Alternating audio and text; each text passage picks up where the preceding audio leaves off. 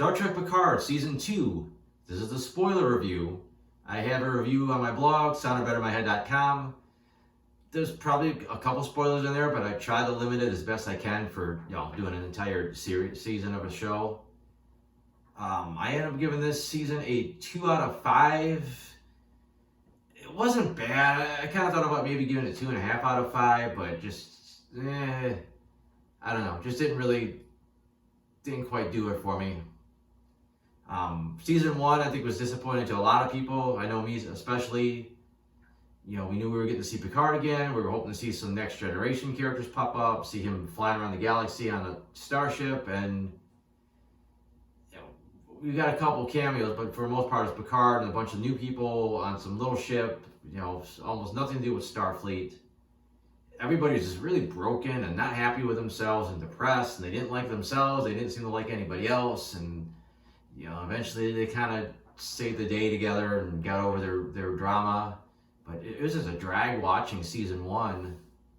This time around starts so much more positive. Everyone's pretty much back in Starfleet, everyone's doing great, everyone seems relatively happy. I mean, some of the relationships didn't pan out, but things start off pretty good, and we're back in Starfleet. We see some awesome new starships, the new Stargazer, like a lot of really cool stuff. And then, obviously, if you watch the trailers, you know the gist of what the season is going to be. There's something that happens where Picard wakes up the whole group wake up in this parallel reality. They found out Q did something back in time that they got to change, so they go back in time to change it. And that's fine. It's about what you expect. The second episode starts off in this alternate reality. It's really just kind of a rip-off mirror universe. Just humans against all the other aliens instead of being the Terran Empire, they're the Confederacy. The differences are so minor. It's like whatever. That lasts a good about an episode as well. You really don't see anything there that's like mind blowing. That's even worth really sticking around to see these. You don't get to see any alternate versions of anybody anyways. You just kind of see where our characters would have been if they lived in that universe. There's some hints of other characters. They mentioned Cisco, they mentioned O'Brien, if you look closely, but you don't get to see anybody.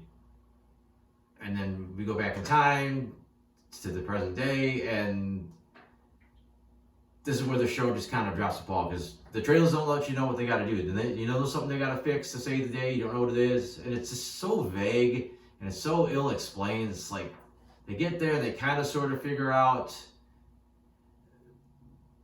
okay, we gotta go we gotta try to figure out what it is. Eventually they figure out it's something to do with Picard's like great ancestor, Rene Picard, and some mission she has to do because somehow this does something that's never really explained, for the most part.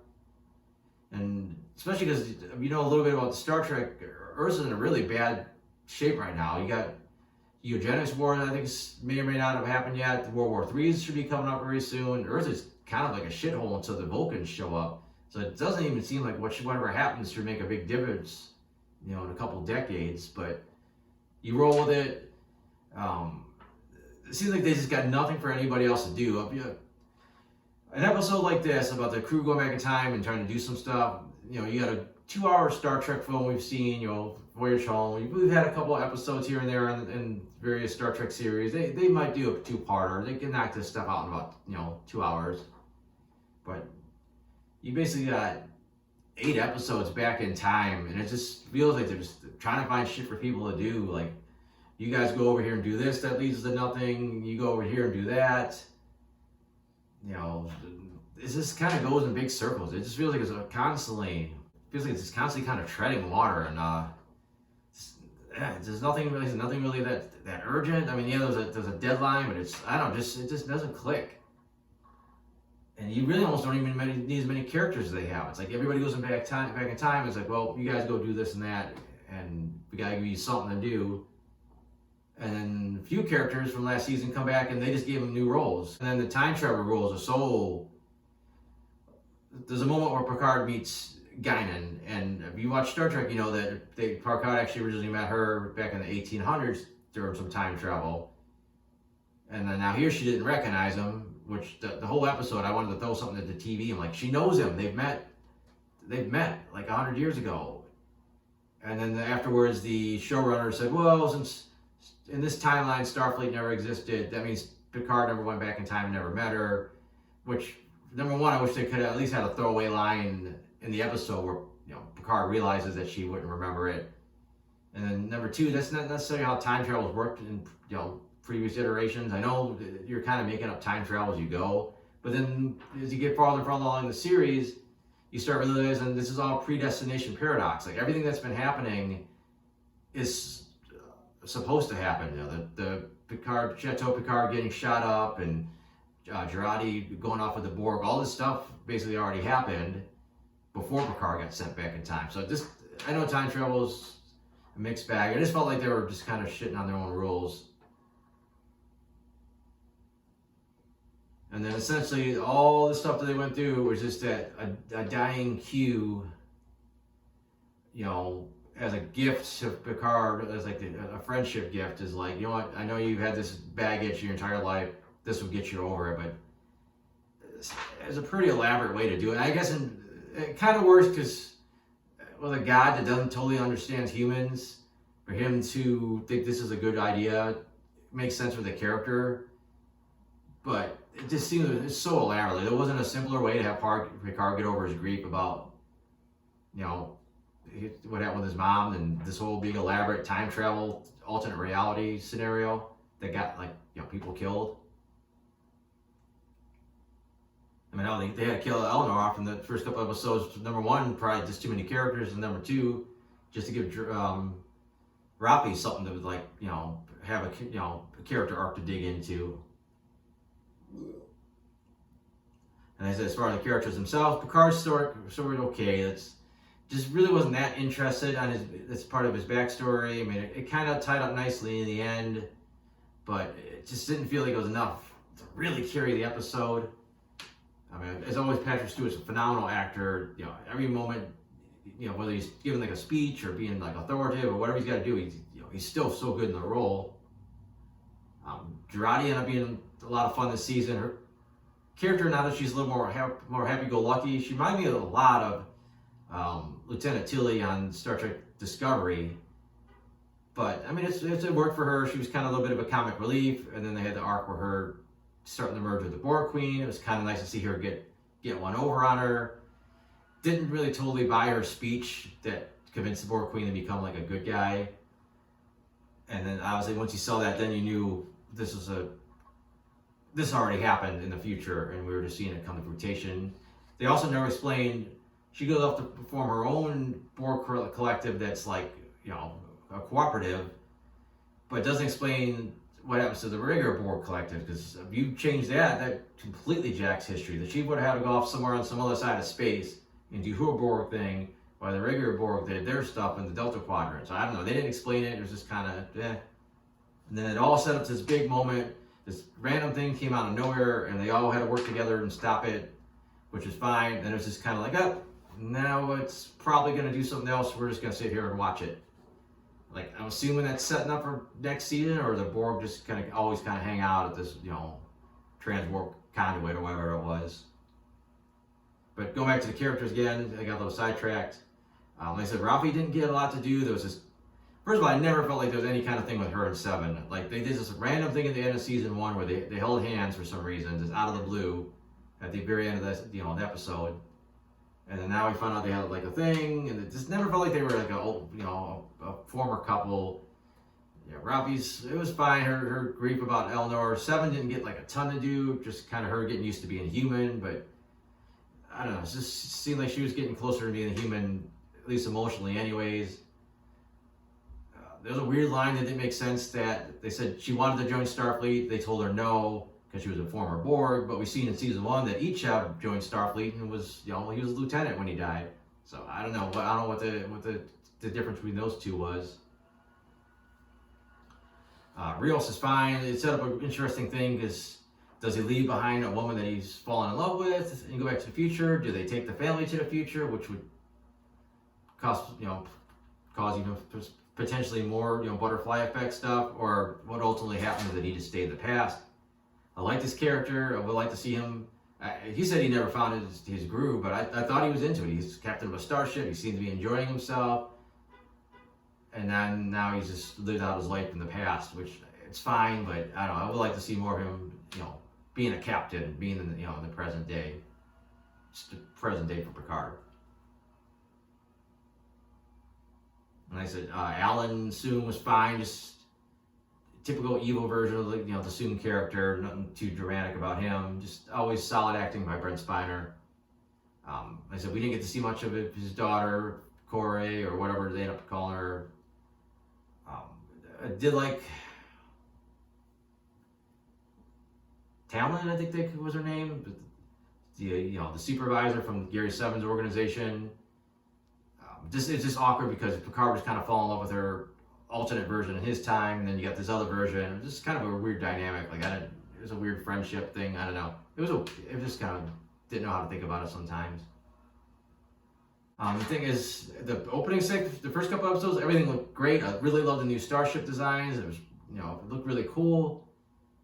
And then we get pretty much stuck in the 2024s for like the rest of the season. So you lose that Star Trek stuff, and it's just kind of boring, present day, and there's not really anything cool that comes out of them being in present day. It's not like, doing an 80s piece where you get to play around with 80s nostalgia. It's just kind of like, just whatever. Initially, I didn't care for the new Guinan. It didn't feel like she didn't act like Guinan. She just didn't dress like you expect Guinan to dress. She always had kind of her own unique style, it seemed like. But I don't know. She grew around me as she stuck around a little bit longer. So, but I think that's it. I don't want to go on for too long just about the show in general. Just kind of get some grievances out there.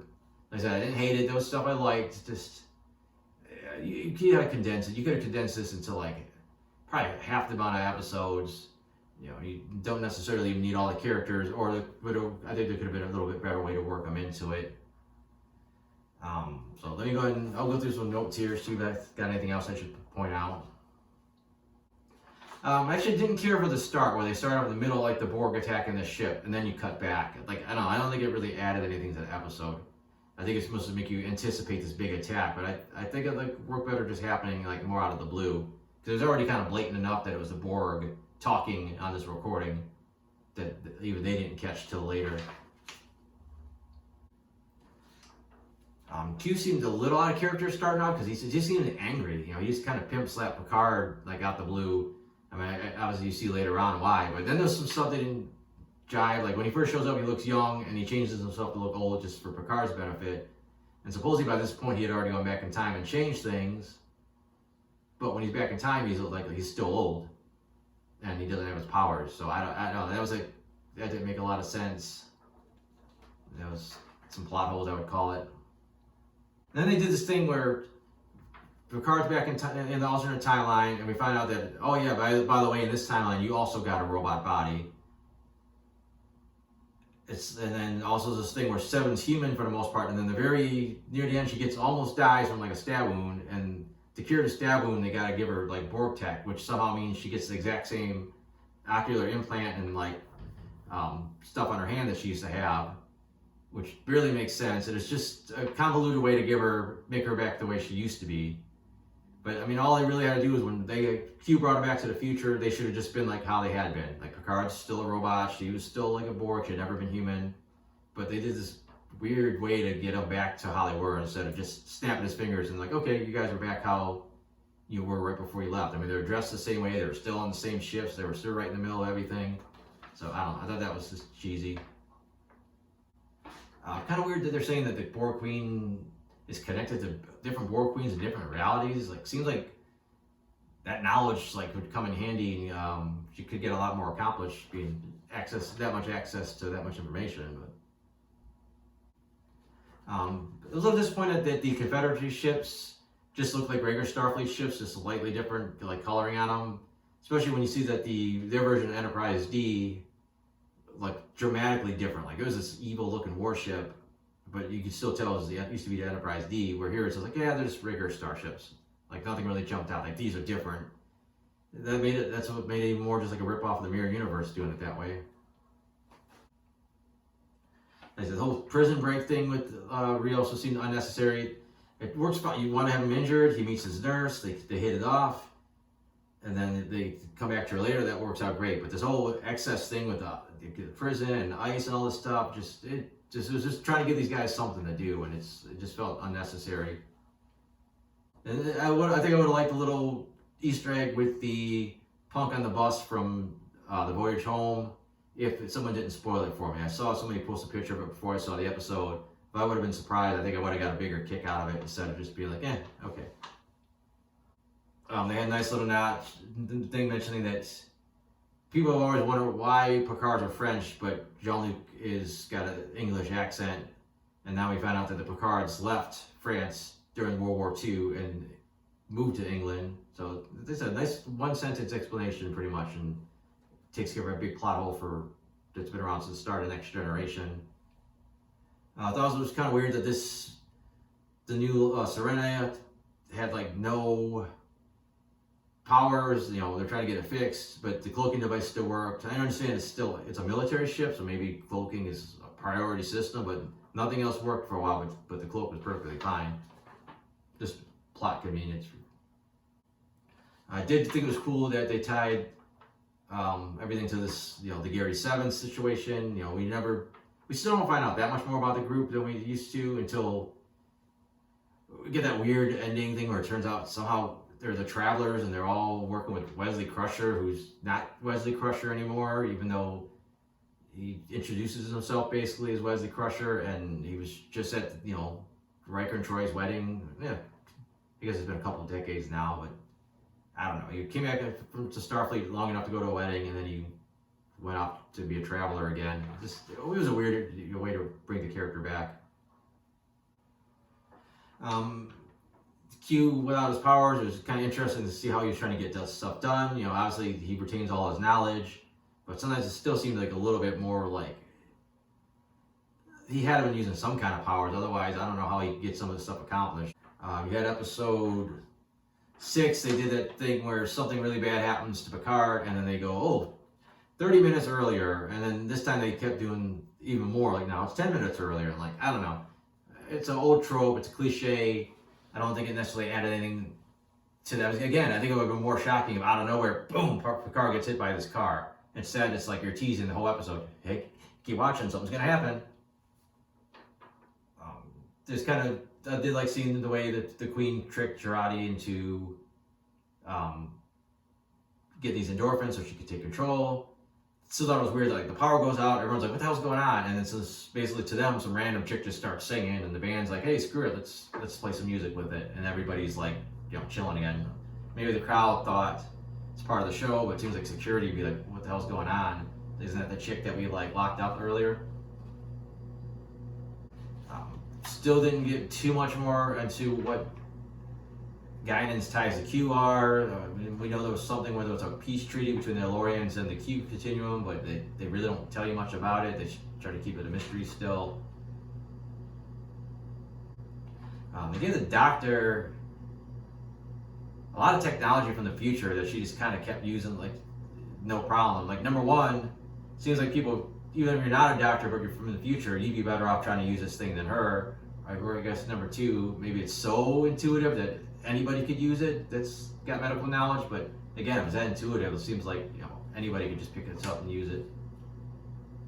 They did a whole weird thing with that FBI agent that captured Picard. He's trying to interrogate him, and you find out he was scared of Vulcans when he was a kid, and I don't know. I don't think it really did anything for the series. It was just a weird detour, and it's not like he helped Picard get to the launcher or anything. It's just okay, yeah, you guys can go. And then you have the scene where Q reveals that he's dying, but again, that could have been done in another different place besides here. Then they had the thing where Jurati assimilates these soldiers, but it seemed like they weren't Borg. They were just soldiers. They didn't think that they were any more dangerous than a normal soldier. I mean, the only thing I can think is maybe they made them more compliant, but it didn't seem like it didn't seem like they were communicating with each other, with a link, okay, this guy got attacked, now we know that they're over here. There's almost no reason to make them Borg at all. It didn't do anything to their abilities. It just seemed scary, and it wasn't. And then at one point, Rafi and Seven take like a corkscrew and a knife and run through a whole field of them and make it to the ship no problem. So I don't know. And then the final episode, I wasn't fooled by it. As soon as they walked in, you heard Soong talking so loud about like what he was doing. I was like, you know what, he's probably not even there.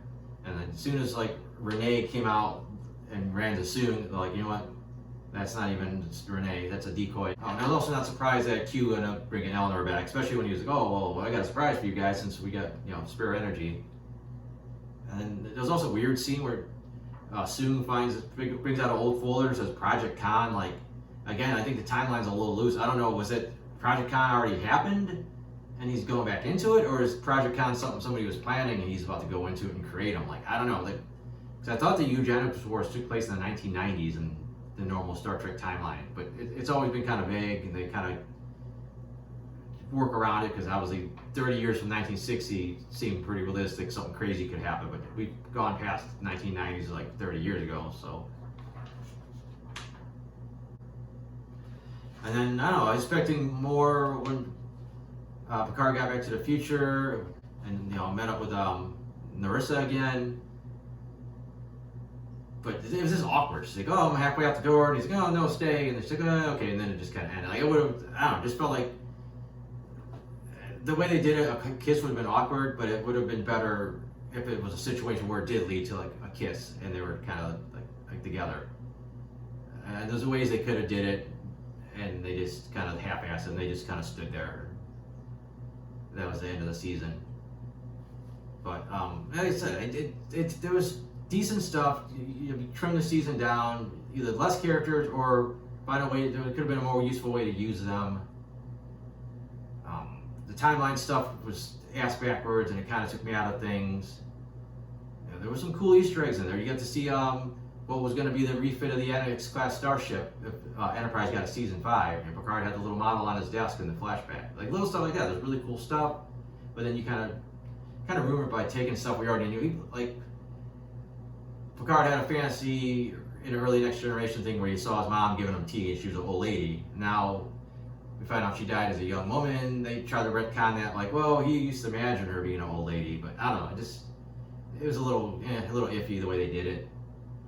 But other than that, that's about it. It's probably too much.